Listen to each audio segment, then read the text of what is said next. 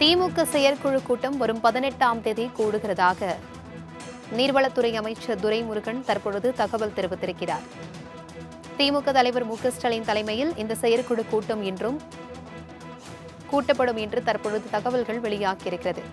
December 18ஆம் தேதி திமுக செயற்குழு கூட்டம் கூடுகிறது. இது குறித்தான கூடுதல் விவரங்களுடன் இணைக்கிறார் எமது செய்தியாளர் செலினா. செலினா, தற்பொழுது டிசம்பர் 18இல் திமுக செயற்குழு கூட்டம் கூட்டப்பட இருப்பதாக தகவல் வெளியாகியிருக்கிறது. இது குறித்தான முழு விவரங்கள்.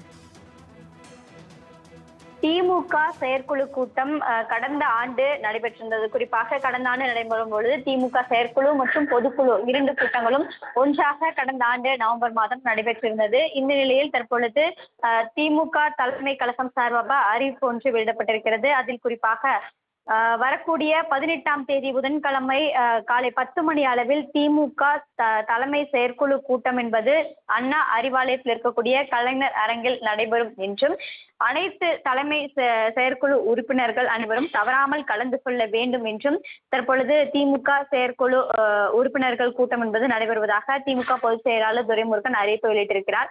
தமிழக முதலமைச்சரும் திமுக தலைவருமான மு.க.ஸ்டாலின் தலைமையில் இந்த ஆலோசனை கூட்டம் நடைபெற இருப்பதாக தற்பொழுது அறிவிப்பு வெளியிடப்பட்டிருக்கிறது.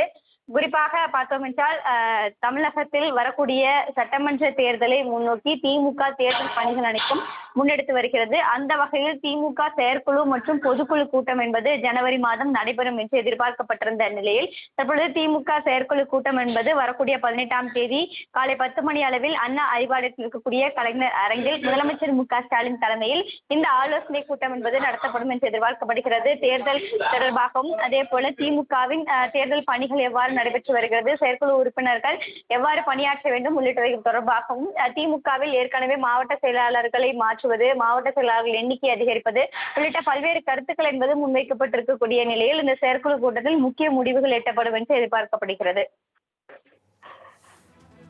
தகவல்களுக்கு நன்றி செலினா.